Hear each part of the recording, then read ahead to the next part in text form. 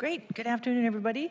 This is a special meeting, and so normally we do our meetings Wednesday at 2, and today we're going to start at noon. Council members Bagshaw and Gonzalez will be joining us shortly. This is a meeting of the Civic Development, Public Assets, and Native Communities Committee. The date is Wednesday, July 17th, and the time is exactly noon, even though you have 2 o'clock on here. I'm Councilmember Deborah Juarez, chair of this committee, and I will be joined, as I said, later by Councilmember Bagshaw and Gonzalez. We will move to approval of the agenda, and I understand there are no objections, so the agenda will be adopted, and I'll go into the chair's report. We have 4 items on our agenda today. We're running on a kind of a tight schedule, which includes 3 pieces of legislation by our Parks Department, followed by a presentation.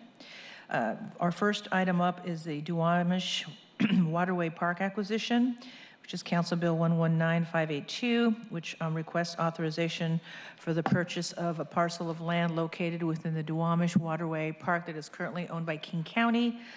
This land sits in District 1. I understand the cost is about $1 million. It's 1.2 acres, and the address of this property is 7900 10th Avenue South.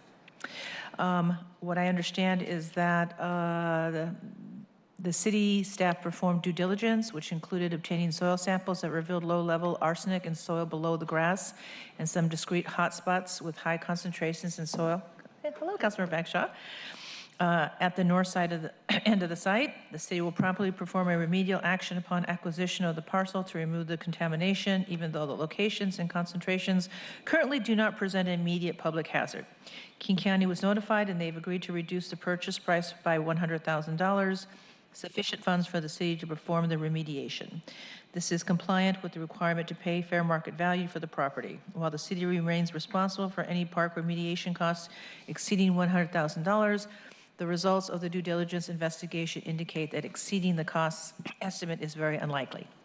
In addition, city staff, with the assistance of the law department, negotiated that King County retains all liability associated with the contaminated releases from the property that are being remediated through EPA's Lower Duwamish Waterway Superfund Sentiment Cleanup Camp. I know that was very long-winded. Thank you, Nagin, for putting all those facts in there. Our second item is Council Bill 119588. It's called the Sun Park Donation. SUN stands for Saving Urban Nature. Welcome, Councilmember Gonzalez.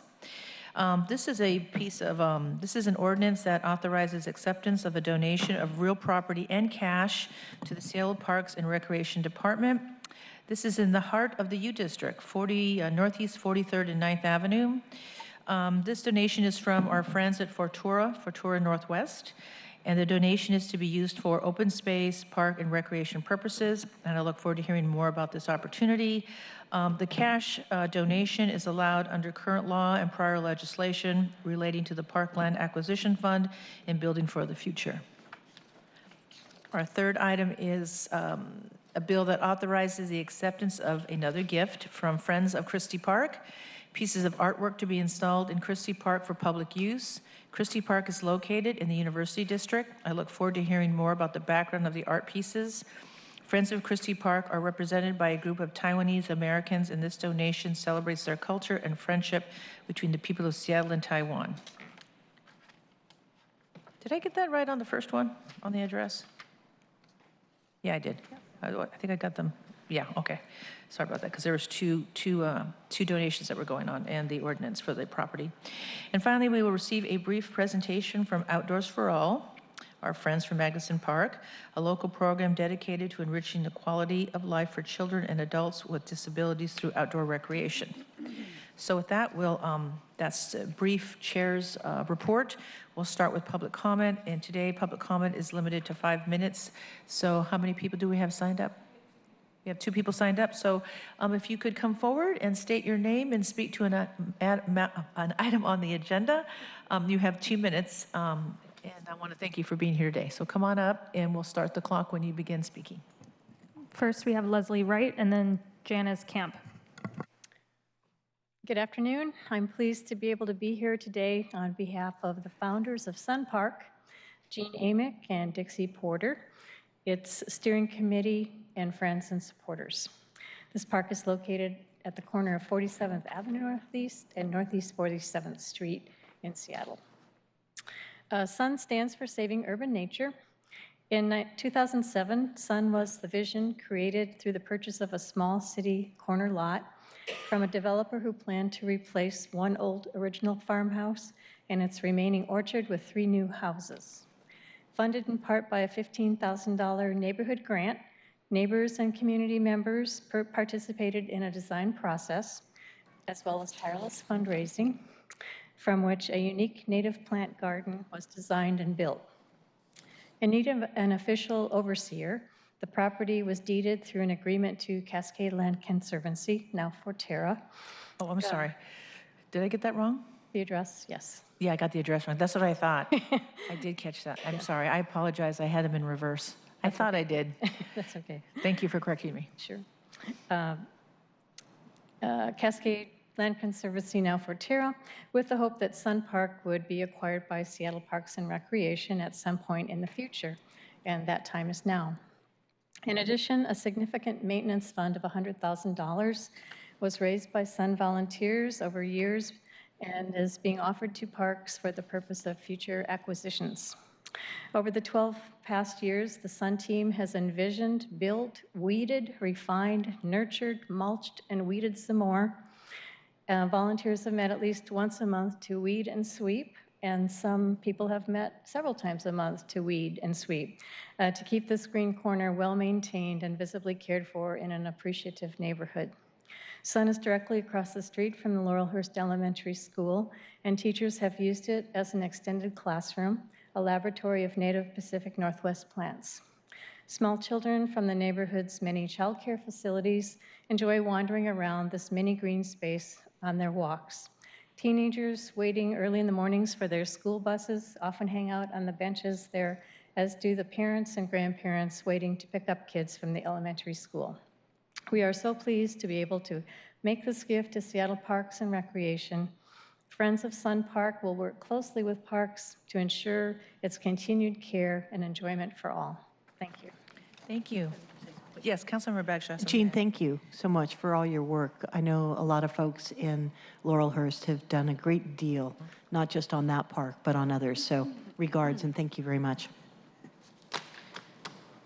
My name is Janice Camp, and I'm a member of the steering committee for the Sun Park, and I'm speaking with regard to Council Bill 119588, the Sun Park donation. I just wanted to reiterate what Leslie had to say, that this has been a source of community gathering and community building for 12 years, not just for the people who are on the steering committee, but for many other people in our community. We would have a commitment to continue to work with parks maintenance to keep the park looking good over the next foreseeable future, because it's so much fun for us to weed and go and meet there. So we will continue to support the park. The fundraising efforts over the last 12 years, as Leslie has mentioned, raised over $100,000 that has helped us maintain the park, and we're happy and proud to be able to donate that to the city so they can acquire a park space in other neighborhoods so they too can have a community building location. So thank you very much, and we hope the city enjoys the park. Thank you. Thank you. Okay, so with that, we will go ahead and close public comment. So we'll have our first folks to come on up here on our items of business. That is the Duwamish Waterway acquisition. I know that we were briefed on that. I know that my colleagues will probably want to hear a little bit more. I shared a little bit, so I'm going to let you guys state your name and read into the record. Nagin, you want to go ahead and read it into the record, or do you want me to?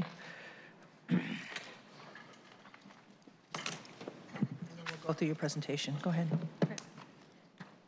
Item 1, Council Bill 119582, an ordinance relating to the Department of Parks and Recreation, authorizing the acquisition of real property commonly known as Sony 900 10th Avenue South, authorizing acceptance of a recording of the deed for open space, park, and recreation purposes, and ratifying and confirming certain prior acts.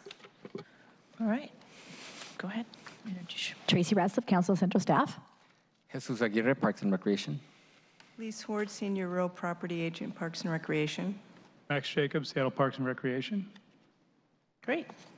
Jesus? Well, I'm actually going to let Lise go through the presentation, but as you said, this is an exciting opportunity for us to acquire this park that we've actually been working in for over 40 years, so, in South Park. Hi, thank you for your time today. This is while it's not adding a new park to the city, this is permanently protecting a park that's been operating in South Park for over 40 years, so we're really excited about that. There's a pending redevelopment project that kind of drove this process to sort of solidify our ownership.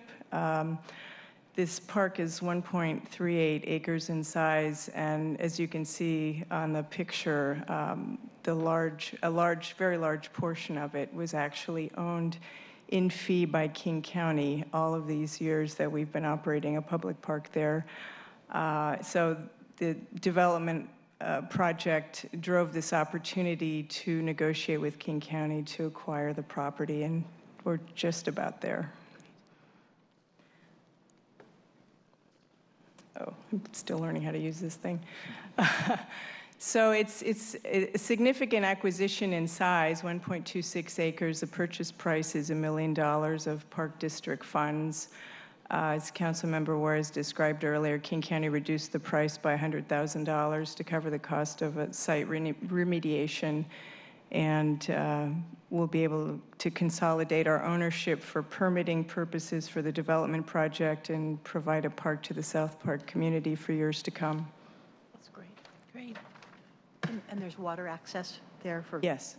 kayaks and canoes? Yes. The beach is on the bottom part of the slide there at the sort of the right-of-way. You can see the sandy area there. This is just a kind of a developed schematic showing what the community and Seattle Parks Foundation and park staff have been working on for several years now.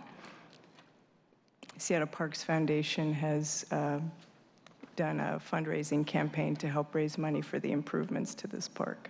Do they have all the money for the improvements? They're virtually there, yes. Oh, excellent. Great. Anything you want to add? Questions? I assume the neighborhood's thrilled. They're absolutely thrilled, and of course they want things to go faster, but we're gaining the momentum now, and certainly acquiring the property is going to be the big milestone that helps drive things. Good. Okay. Is there anything you want to add, Max? Or are we No, okay? thank you. That's perfect. Okay, so we went through is any questions? Okay. So that's the Duwamish Waterway Park acquisition, so we'll move forward on that item right now. So I move the committee pass Council Bill 119582. All those in favor say aye. Aye. Those opposed, no. The ayes have it. And this passes, and we'll bring it to full council Monday. Thank you so much, Council. Thank you for all your hard work, too.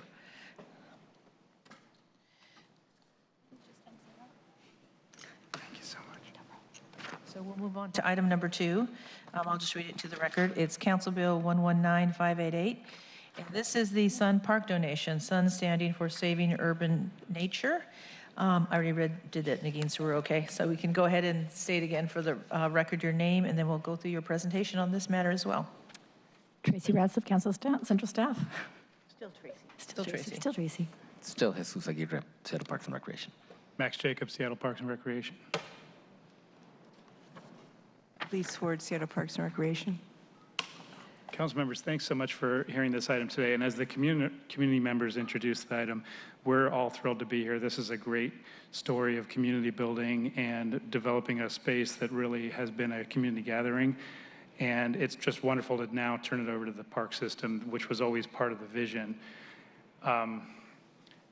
It's a well-loved community neighborhood park, and as we've talked about, the community did an amazing job of not only gathering the donations and working through a grant to acquire the property in the first place, but also develop it in a really beautiful way. We've got a picture here of the neighborhood doing a lot of work with it, maintaining it over the years, and on top of that, developing a significant war chest for, originally we were talking about future maintenance of the park, but we ultimately thought the better use of that money was to put it back into the Park District Acquisition Fund so that we can fuel acquisitions in other neighborhoods. So I think that's kind of the essence of this transaction. The Parks Department is thrilled to be taking this into the system. It's a wonderful place for the community and for the larger city, and it's a really nice model. Great. Do you have any questions from my colleagues? But very thankful to the Laurelhurst neighborhood for doing this. Absolutely. Yeah, and I'm sorry I got the address wrong. I don't know why I got it in my head that this was near the U District one. This is just down the hill up in Laurelhurst. So I want to thank the people that came and gave public comment and gave us the information, because I know you guys have been working on this for a while. Okay. Is there anything else you want to add before we move forward? All right.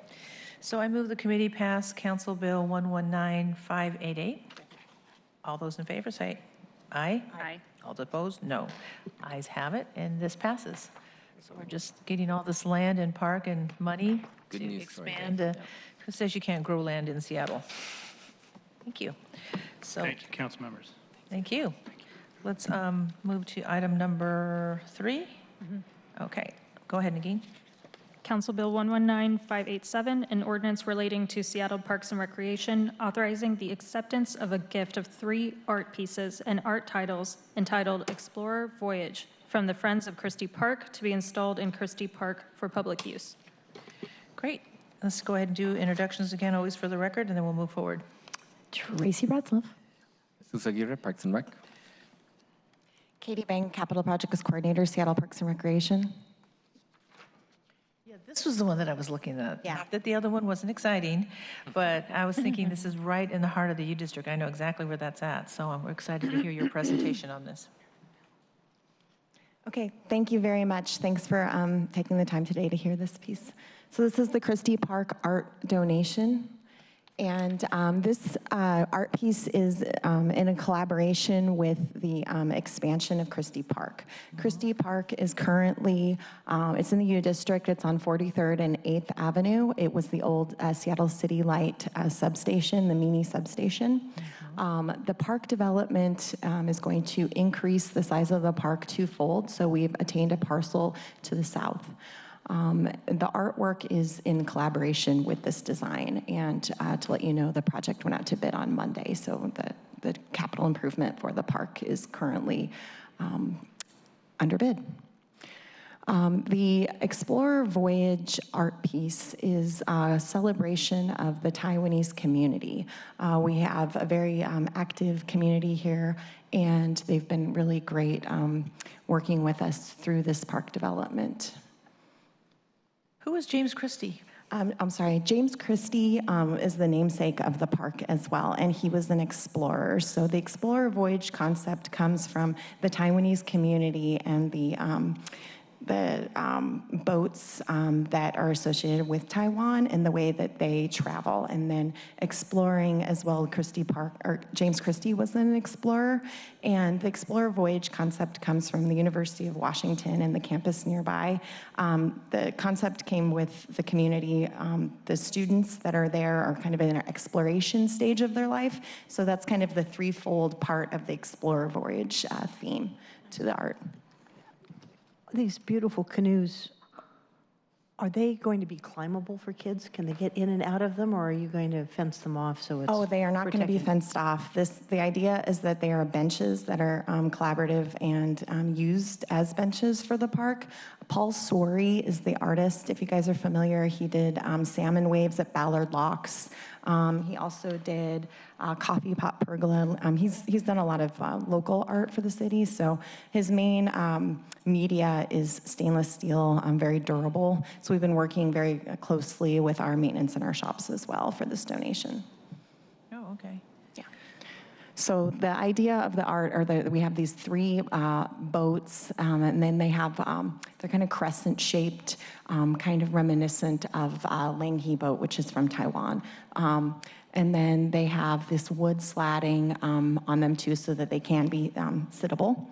And behind it, you can kind of see these walls. There would be some cultural representation of Taiwanese culture with some tiling there on the back.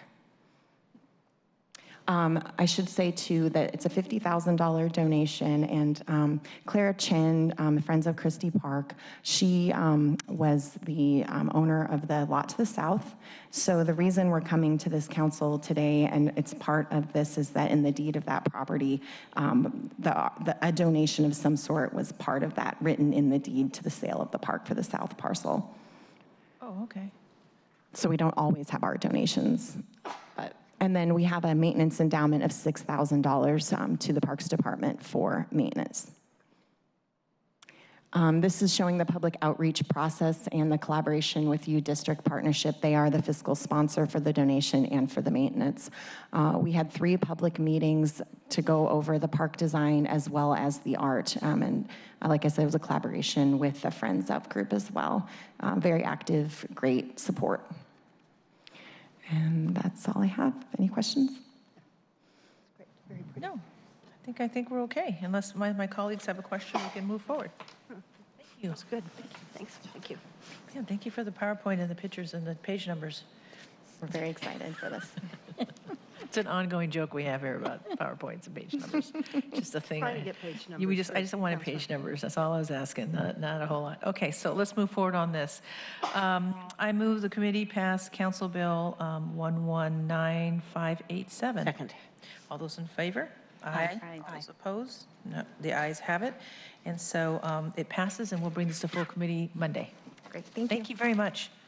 Thank you very much. Hey, while you're here, another thing. Thank you again for the great work on City Hall Park. We just walked through it again today. Excuse me, I'm going to sneeze yet again. And all of what you promised to do is being done. I want to say thank you to you, Paula Hoff, who's here, and Christopher and folks. And my next ongoing request, of course, is on the Prefontaine Fountain. One of the things I sent out yesterday was something that Seattle Center is doing around one of their big fountains, and the effort they're doing is sending out a survey to everybody in the neighborhood around saying, what do you want to see? How would you like to see this? I think that would be a great first step that we could do to start collecting information. That on top of what we did just last month on the public use survey that SDOT's doing. What turned up is that from public safety, public health, public good, everything is that if we can move the fountain so that the sight lines are improved, Right. that would be just so important, and I'd really like to see us have a plan for that this year. Thank you. Yeah. Great, thank you. Thanks very much. So why don't we have our friends introduce themselves, and then I'll say a few words, and then we'll start the presentation. I'm Ed Bronston, Executive Director with the Outdoors for All Foundation. I'm Alicia McConnell, Program Director at the Outdoors for All Foundation. Great. So I should add that these are our friends from Magnuson Park, and I've had an opportunity to come out and see the work that you guys have done and actually get on the bikes and do a tour. So thank you very much, and thank you very much for being here. I wanted you guys to have an opportunity for the community and the public to see what you do. I know a few other council members have been out there as well, so we're looking forward to your presentation. Thank you very much. Page numbers in the bottom right corner. Yes, but are they correct? I hope so. I also want to importantly make just a note to say thank you to you as council members, because the work that you do is not always easy, and I know there's strife sometimes in our city. Alicia and I are here to talk about some really good news that's happening, in particular our collaboration with the city, both the Parks and Recreation Department and the Department of Transportation. But Outdoors for All began 40 years ago here in Seattle. We're a nonprofit, and our mission is to enrich the quality of life for children and adults with disabilities through outdoor recreation. It's why we exist.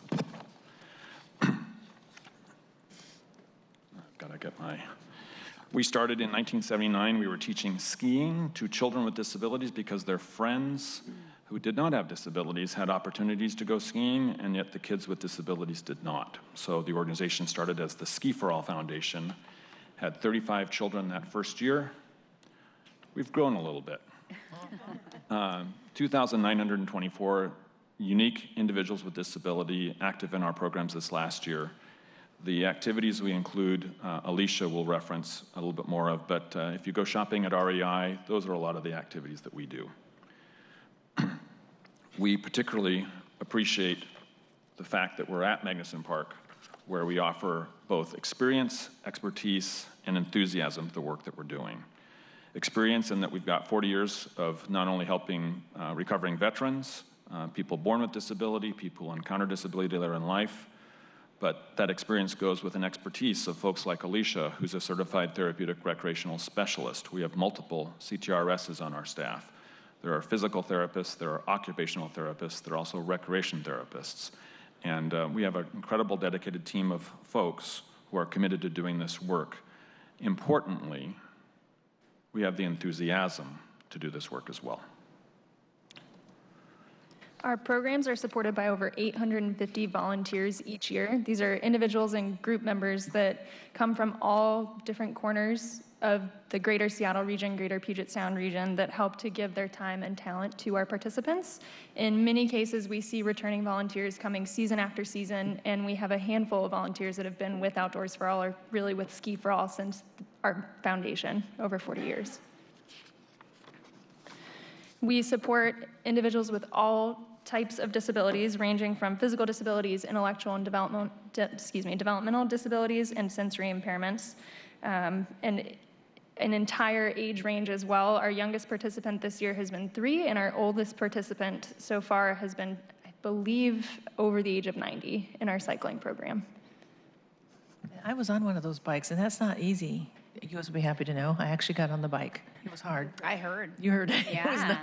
They have a picture I didn't of me. hear that it wasn't easy. I heard that you got on the bike and that you enjoyed yourself. I was very timid. Yeah, but I heard you enjoyed yourself. You said, Ed, I am not getting on one of these bikes. Okay. And then 20 minutes later, you decided to try it out. I said no, but then Ed convinced me that and people You don't know. let the bike sit there. Yes, and you didn't want to leave it alone. Yeah, exactly. Yeah. It's a good strategy. Thank you. It was actually pretty fun. I should just in full, because people know this, it's nothing I've not shared. I struggle with MS, so I was my balance is really bad. So, and it was really good me getting on the bike that day. Plus, you had some other people there that are struggling with much more disabilities than myself, and they were whizzing by me, so I quit being a big fat baby. So you shamed me into it pretty much. In a good way. In a good way, yes. Good. While our programs are mostly supported by volunteers, we do have a full-time staff of 22 individuals that support the planning process, and that's during year-round time. Or during year-round, we have 22 staff members. Throughout the summer, though, we also employ an additional 28 individuals to help support our summer season. And if you take a look at the photo on the screen, what you may see is just a gal out enjoying kayaking. What you don't see is her diagnosis. This is an individual with visual impairment, and she's also an older adult, but in our programs, that's not what we focus on. We focus on folks' abilities and what they can do in getting out on the water or getting out in really any of the programs that we offer, and in this case, she's out kayaking, and it highlights the diversity of where our programs are also run. This photo is taken out on Puget Sound, so we're not just in Magnuson Park. We are delivering programs really, truly throughout the greater Seattle region and hopefully more places throughout Western Washington in years to come. As you can see in our 40-year history, we have grown exponentially in the last few years by the graph on the screen. And through a new capital campaign, our aim is to continue to double these experiences and programs provided to people with disabilities through activities and sports like downhill skiing, snowboarding, cross-country skiing, snowshoeing, cycling, hiking, kayaking, rock climbing, and really anything in between. I'm really impressed with all your partners, too. That's amazing. I know you shared this, but it's nice to see it in a slide with everybody's the logo, because I remember you telling me about a lot of this. So having Seattle Children's there and some of those other folks, Cascade Bike, of course. So that's great. Seattle Public Schools. It's a nice, thank you. It's a nice mix of both for-profit, not-for-profit, and municipal partners. I think not-for-profits focus on partnerships as a buzzword, maybe in some ways. We don't exist as an organization without a partnership with a ski resort that started 40 years ago and continues today, 40 years consecutively to sustain that partnership. I've heard management at the Summit and Snoqualmie say that we are in their DNA. And our collaboration with Seattle Parks goes back more than 30 years, and programming as a tenant goes back to the early 2000s. But while we're based in Northeast Seattle, only about 10% of our service delivery happens there. The majority of it happens throughout the region, and it's because of these partners. While we were waiting in the audience for our agenda item to come up, I might add we had a pretty cool thing happen, and it's with respect to a partnership we have not just with Seattle Parks, because we're basing our cycling programs in this one hub location, but also because of a collaboration we have with the Seattle Department of Transportation, which I'll let Alicia comment on. This summer, through a partnership with the Seattle Department of Transportation, we are representing Seattle's adaptive bike share program. We have over 240 different types of adaptive bikes in our fleet that allow us to get just about anyone with an adaptive bike need out pedaling and on the roadway. So as a partner with SDOT, we were aiming to support 100 unique individuals and over 400 cycling experiences between the beginning of May and the end of September. And we are happy to report that as of today, we hit that 400 experience mark about 10 minutes ago. Our staff just sent us a photo text. So still 2 months left in our grant period and throughout the remainder of the summer, and we have blown this goal out of the water because there's a need for adaptive biking and a need to get people with disabilities access to adaptive sport equipment. And what's the cost for that, Alicia? The program or the bike? To do a bike day rental. Oh, it's completely free, thanks to SDOT. Yeah, nice. Wow, it's The learning. cost of the bike is a really little Questions? different. Getting really good at this, Ed. I'd like to acknowledge your partnership with SDOT and remind SDOT how important it is that we have these connected bicycle networks. It's great that people can get on the Berg-Gilman Trail, but they can't get off with the adaptive cycling unless we've got a safe, separated space for people to ride. Yeah, another point of our programming is that, yes, it does take place at Magnuson Park, but we deliver it all throughout the region. Another free demonstration day, it'll be with a small sampling of our cycles, maybe half a dozen, but hand cycles, side-by-side tandem bikes, will be Saturday, August 10th at a community event in North Seattle at the Live in D5 event. I'm a citizen and resident of D5, so I'm glad to be representing both where I live and also my organization at that event. So free bike rides, come out and play. You had a booth last year. We did. And I would not get on the bike then, but I did do it again this year. We'll keep you busy that day. Ed wouldn't leave me alone. He's like, just come over here one time. I said, okay, I'll come over there. And but can I just add one other thing, just quickly? I don't know if you said this. I really liked and learned a lot about the skiing program you have too. And the pictures that you had showed me, the young folks and people that you bring up with disabilities and blind people to go skiing, which is amazing. It's an extraordinary experience for any one of us to conquer a mountain or go out on a bike path and just be able to do things. And for too many people with disabilities, the idea is just out of range. And yet, if there's an organization that has expertise, if there's an organization that has experience, if there's an organization that has equipment, and if there's an organization that is committed to partnerships to make this kind of thing happen, wouldn't it be pretty magical if that could happen even more? There is one. Yeah. Anyway. And thank you for the plug of Live at D5 on Saturday, August 10th, that you will be there again with your booth. Looking forward to it. Let's get some more riders that day. So currently, our operational budget is $2.5 million, and this allows us to, again, be incredibly active in the greater Puget Sound region. But as we grow, we are aiming to increase the budget and deliver more programs throughout Seattle and more programs throughout the rest of Washington. Less than 10% of our budget comes from governmental sources. Less than 10. Less than 10. Okay. We have a grant with the U.S. Department of Veterans Affairs helping recovering veterans. We have a grant with King County Metro for accessible minibuses and vans to help us get folks around. And then we have support from the Seattle Department of Transportation, which is new this year. We welcome government funding. We don't expect it. We recognize what we need to do is help people with disabilities get out and recreate, and that's what we're called to do. This is one graphic example. This is just some of the communities that we're delivering our programs in. Yes, we're based in North Seattle, but because we have these system of trailers, we can pack full our gear, either our kayaks, our bikes, snowshoes, skis, whatever. We can take it all over the region and deliver programs not only throughout the city, not only throughout King County, but throughout the state. What we've come to is an inflection point, though, as an organization. We know that the community is growing, and we know we've got to get more people out and active. We know we've got the right equipment. As far as we know, we have one of the world's largest fleets of adaptive cycles anywhere. Over 240 cycles in our fleet. We don't want them in our warehouse. We want people out riding them. We want people out rock climbing with us. And if your paradigm view is, I need a two-wheel bike to go ride a bike, no, there's so many more options. And we've begun this campaign all about people, programs, partnerships, and places. It's about people with disabilities first and foremost. We want to give them more opportunity. We want to give them and their families an opportunity to get out and be active. We want to use our programs that are already highly effective. We want to make sure that the partnerships we've been using for 40 years are a key strategy to make that happen, and ultimately that we'll have a place that is worthy of these individuals as a gathering center to have that take place. As Alicia noted, our goal is to double our experiences by 2023. Our goal by 2017 was to get to 8,500. The campaign began early in that point. We actually reached 10,900 at end of 2018. So we're on track to get there, but we have a key factor that's going to get us there, and hopefully I can get this video to play.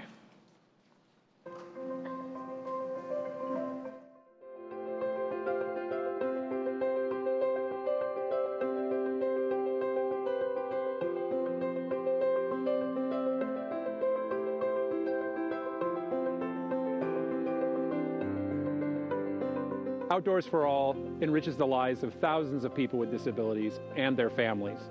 My older son was diagnosed on the autism spectrum and started as a participant. But then over time, he and his younger brother became volunteers. We love Outdoors for All. It gives kids like Ramon the opportunity to actively participate in fun outdoor activities. They get to show what they can do, and they sure can do a lot. All along the way, the Outdoors for All staff and volunteers are there to provide support and expertise for our participants and family members. I started out thinking I'd be helping others, but I think I stayed as a volunteer for so many years because of the difference Outdoors for All has made in my own life. We all kind of get to know all the students in there, and their success is really our success. Doesn't everyone deserve to experience the power of the great outdoors? Hi, I'm Ed Bronston, Executive Director with the Outdoors for All Foundation. Since 1979, Outdoors for All has been enriching the lives of children and adults with disabilities through outdoor recreation. Outdoors for All has helped people with disabilities enjoy the mental and physical benefits of an active lifestyle. The expertise of our staff and dedication of our volunteers has allowed us to keep pace and grow with the ever-increasing need for our impactful programs. From our start as a small adaptive program called Ski for All, reaching 15 kids with disabilities, to the thousands of lives we enrich today, Outdoors for All has become a robust organization poised to do more, much more. The diversity of disabilities we support, matched with the vast choices of outdoor activities we offer, has made us a national leader in adaptive and therapeutic recreation for children and adults with disabilities. We are proud and humbled by the impact of our work. We are now at a critical point of capacity. To meet the growing needs of our community, we're embarking on the Launching Possibilities campaign with a goal to enrich the lives of thousands more children and adults living with a disability. Our organization is unable to reach thousands more individuals who deserve to experience the joy of outdoor recreation.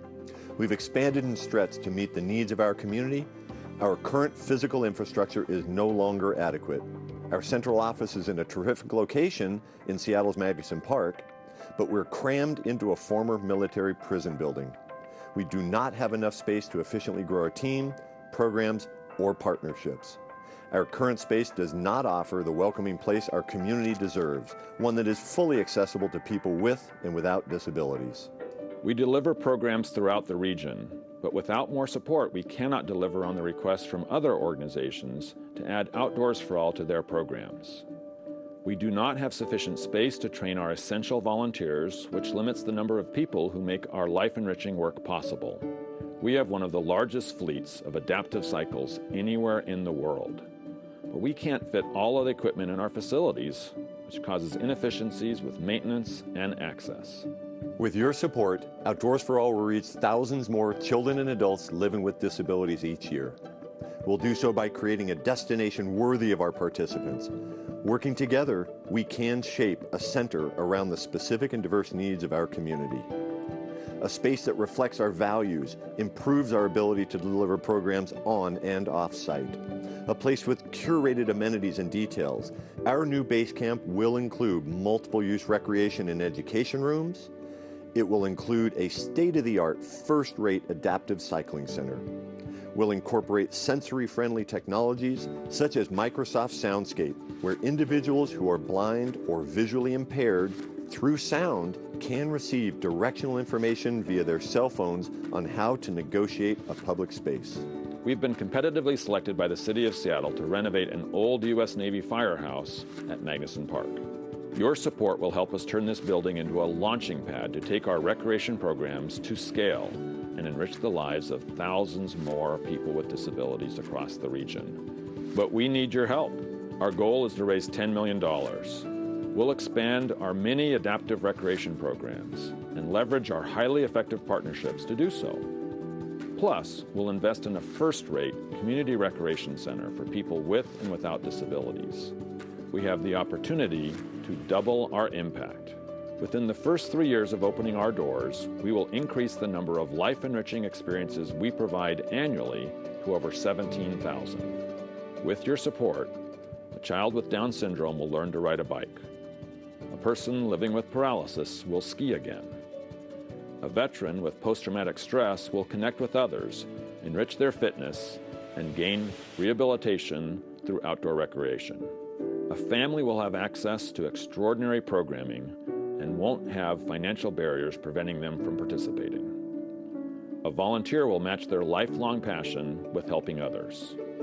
An expanded partnership with a hospital will help reach a high-need demographic of kids with disabilities living with limb difference. Your investment will propel Outdoors for All's ability to reach thousands more people of all ages. You can create thousands more life-transforming experiences through the power of outdoor recreation. I fully endorse the Launching Possibilities campaign. Now is the time. Now is the time. Let's do this together! We have seen the transformative power of our mission. Now you can impact even more lives through our community. Let's do this together!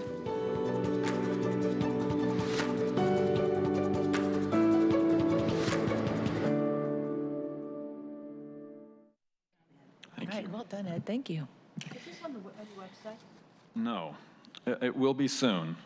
There's a couple little tweaks we're still making to the video, but sorry, trying to get forward. We're not trying to hide it. We're just making some final adjustments. You folks are the first to see the video publicly. Great.